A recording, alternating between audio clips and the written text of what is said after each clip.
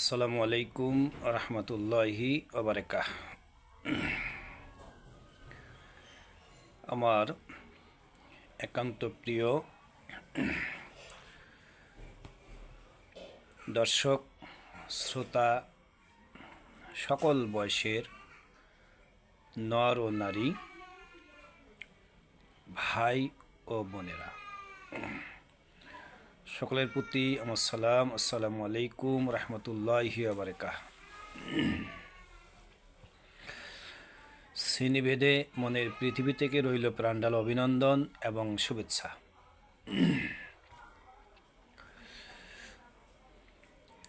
আমি Hakim Mohammad Enayetur Rahman, registered physician, Unani medicine and surgery, consultant, wellness, health,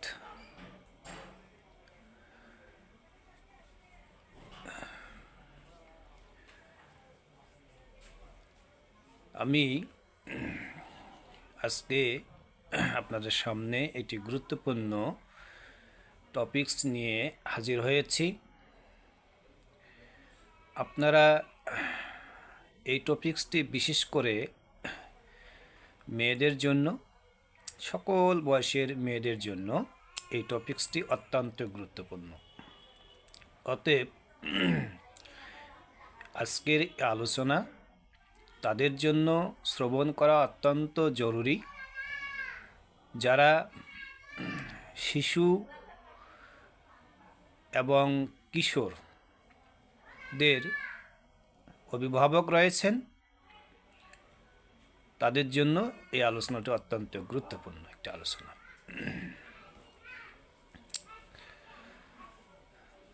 আপনারা আমার এই আলোচনার আলোচ্য বিষয়গুলো মিলিয়ে নেবেন যে আপনার ভিতরে এই সমস্যাগুলো রয়েছে কিনা, আপনার মেয়ে সন্তানের ভিতরে এই সমস্যাগুলো রয়েছে কিনা। এই বিষয়গুলো অবশ্যই গার্ডিয়ানদেরকে মিলিয়ে নিতে হবে।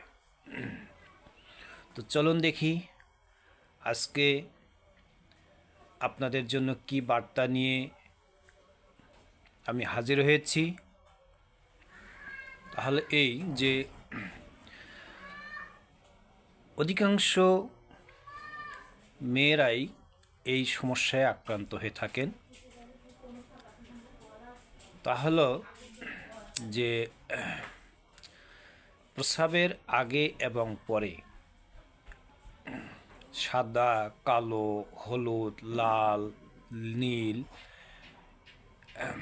বা ধূসর বর্ণের বা অস্বাভাবিক কিছু কালার, যেগুলো কোনো কালারের সাথে মেলে না, এরকম কিছু তরল পদার্থ প্রস্রাবের আগে বা পরে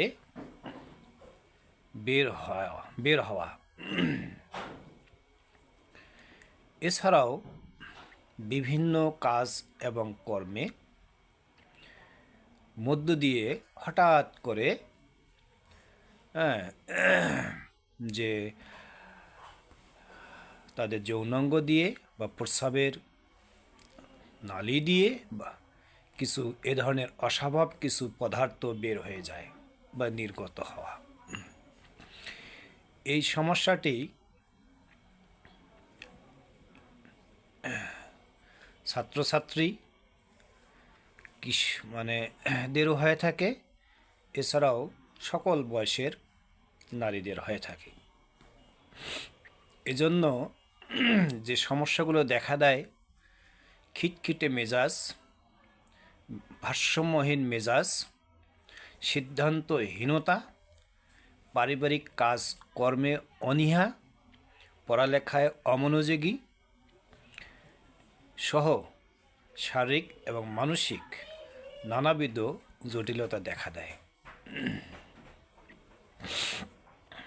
এছাড়াও যে সমস্যাগুলো দেখা দেয় তা হলো জ্বর ভাব, খাওয়ার অরুচি, শারীরিক দুর্বলতা, চুলকানি এবং অস্বস্তিকর মানসিকতা, যা স্বামী এবং স্ত্রীর যৌন মিলনে অনাগ্রহ। এছাড়াও বিবাহিত মেয়েদের স্বামী বা স্ত্রী মিলনের সময় অস্বাভাবিক কিছু কালারের তরল পদার্থ বের হয়ে দুর্গন্ধযুক্ত তরল পদার্থ বের হয়, যেগুলির কালার লাল, কালো, সাদা, হলুদ মিশ্রিত একটি অস্বাভাবিক কালারের তরল পদার্থ বের হয়ে যায় এবং স্ত্রী মিলনে বা যৌন মিলনে তারা ব্যথা পান এবং অনাগ্রহ তৈরি হয়ে যায়। এই অবস্থা যদি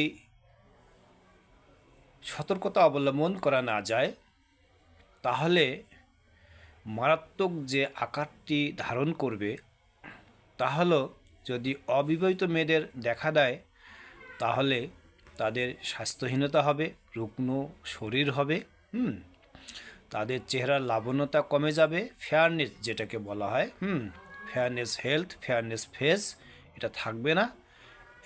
বিশেষ করে সকল বয়সের নারীদেরই এটা হয়ে থাকে। আর যদি অবিবাহিত মেয়েদের কেয়ার নেওয়া না হয় তাহলে এই সমস্যাটা তাদেরকে বন্ধ্যাত্ব হতে পারে। বন্ধ্যাত্ব হতে পারে, জরায়ু ক্যান্সার, জরায়ুমুখী টিউমার এবং ক্যান্সার দেখা দিতে পারে। সমস্যার সমাধানে করণীয় কি? নাম্বার 1, যিনি এই রোগে আক্রান্ত হবেন তিনি অত্যন্ত সতর্কতা অবলম্বন করবেন এবং গার্ডিয়ান বা প্যারেন্টস, পিতামাতাকে সতর্কতা অবলম্বন করতে হবে। এক্ষেত্রে লজ্জাশীলতার কিছু নেই। যে রিলিজিয়াস যে কাস্টম, অর্থাৎ ধর্মীয় যে প্রথা, এটাকে আমরা ব্যাড ইন্টেনশনালি কুপ্রথাই বলতে পারি, যে পিতামাতারা তাদের সন্তানদের এই সমস্ত বিষয়ে খোঁজখবর নেন না এবং খোঁজখবর নিতে লজ্জাবোধ করেন। যার কারণে কি হচ্ছে, আপনার মেয়ে বা আমাদের মেয়েরা তারা জরায়ু ক্যান্সার, টিউমার এবং বন্ধ্যাত্বে পরিণত হচ্ছে। এজন্য নাম্বার 1, বি কেয়ারফুল প্যারেন্টস, এবং যিনি আক্রান্ত হবেন তাকেই হতে হবে। নাম্বার 2 হলো হাইজিন মেনটেন করতে হবে, অর্থাৎ পরিষ্কার পরিচ্ছন্নতা মেনটেন করতে হবে। নাম্বার 3 হলো এই সমস্ত রোগ প্রতিরোধ এবং প্রতিকারে সাদাকা করতে হবে। এবং সাদাকাটা হতে পারে, এই ধরনের সাদাকা করবেন, অপরিচিত মানুষকে সাদাকা করতে হবে, যেন তাকে আপনি সবসময় যে খুঁজে না পান। অপরিচিত লোককে মেহমানদারি করাবেন এবং সাদাকা করবেন। প্রতিবেশীর সাথে সদাচরণ করতে হবে। আর ফরজ ইবাদতের পাশাপাশি নফল ইবাদতগুলিকে বাড়িয়ে দিতে হবে। নফল ইবাদতের ভিতরে রিসাইট দ্য কোরআন, অর্থাৎ কোরআন আবৃত্তি করা, এবং যেটাকে বলেছে ফেস্টিভ্যাল যেটাকে আমরা বলি, সেটা হচ্ছে সংযত হওয়া, অর্থাৎ রোজা রাখা। সর্বোপরি এই নফল সালাত, নফল রোজা এবং কোরআন তেলাওয়াত এগুলোকে আরও আকর্ষণীয় করবে, মধুময় করে তোলে শেষ রাত্রির সালাত। তাহলে সালাত, সাদাকা, সদাচরণ, মেহমানদারিতা এগুলি প্রতিরোধ এবং প্রতিকারে অন্যতম কারণ, যদিও আমরা চোখে দেখি না বা আমাদের হৃদয় দিয়ে আমরা অনুভব করতে পারি না, কিন্তু সাদাকা এবং নফল সালাত, নফল ইবাদত, আল কোরআন স্টাডি, এটা এই রোগ প্রতিরোধ এবং প্রতিকারে অত্যন্ত গুরুত্বপূর্ণ ভূমিকা পালন করে থাকে। এরপরেও যদি আপনি বা আপনার সন্তান এই রোগে আক্রান্ত হয়ে থাকে, তাহলে আপনি যদি ইসলাম ধর্মের অনুসারী হয়ে থাকেন, তাহলে বা আপনি যদি ধর্মীয় অনুভূতিতে বিশ্বাসী হয়ে থাকেন, আপনি যে ধর্মেরই হন না কেন, মুসলিম, হিন্দু, বৌদ্ধ, খ্রিস্টান, মুসলিম অর নন মুসলিম, আপনি যে ধর্মকেই স্টাডি করেন না কেন, আপনি যদি ওই ধর্মের পূর্ণ অনুসারী হয়ে থাকেন, তাহলে আপনাকে মনে করতে হবে আপনার জন্য এটা হলো পরীক্ষা, সতর্কতা। এই রোগের মধ্য দিয়ে আল্লাহ সুবহানাহু ওয়া তাআলা আপনাকে বড় কোনো রোগ থেকে রক্ষা করছেন, এজন্য পরীক্ষায় ফেলছেন। আর যদি আপনি ধর্মীয় অনুশীলনতার বাহিরে জীবনযাপন করেন, চতুষ্পদ জন্তুর ন্যায়, জানোয়ারের ন্যায়, আপনার নিয়ম শৃঙ্খলা নেই, নিয়ম শৃঙ্খলা বহির্ভূত আপনি জীবনযাপন করেন, তাহলে এটা আপনার জন্য শাস্তি। এটা আপনার জন্য শাস্তি। মনে রাখতে হবে, সুস্বাস্থ্যের জন্য পরিমিত ঘুম অত্যন্ত গুরুত্বপূর্ণ। তবে এই ঘুম হতে হবে অবশ্যই রাত্রির বিফোর টু থার্ড নাইট, অর্থাৎ রাত্রিকে 3 ভাগে ভাগ করে 2/3 1/3 বাকি থাকবে। ওই 1/3 হলো ইবাদতের জন্য, আর 2/3 হলো আপনার ঘুমের জন্য। আপনি বা আপনার সন্তান যদি দিনের বেলায় অস্বাভাবিকভাবে ঘুমিয়ে থাকে, তাহলে আপনাকে ধরে নিতে হবে এই সন্তানটি মানসিকভাবে অসুস্থ। এই মানসিকভাবে অসুস্থ সন্তানের সাথে কখনোই অসদাচরণ, মনক্ষুণ্ণ হওয়া যাবে না। তাকে বোঝানোরও কোনো দরকার নাই। আপনি আল্লাহ সুবহানাহু ওয়া তাআলার কাছে, বা আপনি যদি অমুসলিম অন্য কোনো ধর্মে হয়ে থাকেন, তাহলে আপনি আপনার সৃষ্টিকর্তার কাছে বিনয়ের সে আবেদন করবেন যে আল্লাহ সুবহানাহু ওয়া তাআলা, তুমি আমার পরিবারবর্গকে তোমার নিয়ম অনুযায়ী চলার তুমি সুযোগ সৃষ্টি করে দাও, তৌফিক তুমি দান করো। সর্বোপরি আহ্বান রইল, আপনারা যারা এই রোগে আক্রান্ত হবেন বা আপনাদের সন্তান যারা এই রোগে আক্রান্ত হবে, কখনোই ফার্মেসিতে গিয়ে সিমটোমেটিক কিছু মেডিসিন, অর্থাৎ লক্ষণ অনুযায়ী চিকিৎসার জন্য যে ওষুধগুলি পাওয়া যায়, এই ওষুধগুলি সেবন করা থেকে অবশ্যই বিরত থাকতে হবে। আপনার এই রোগের লক্ষণ, এই রোগের কারণ, এই রোগ কী জীবাণু দিয়ে হয়, এই রোগ কেন হয়, কখন হয়, কোন বয়সের মানুষের হয়, এই সকল বিষয়ে বিস্তারিত যিনি জানেন তিনি হলেন একজন রেজিস্টার্ড ফিজিশিয়ান এবং কনসালটেন্ট। আপনাকে অবশ্যই ধৈর্য সহকারে রেজিস্টার্ড কনসালটেন্টদের পরামর্শ অনুযায়ী একটি সময় নিয়ে ধৈর্য সহকারে এই রোগ প্রতিরোধ এবং প্রতিকারের জন্য আপনাকে অ্যাকশন নিতে হবে। If you take necessary action, you will give to Allah good health.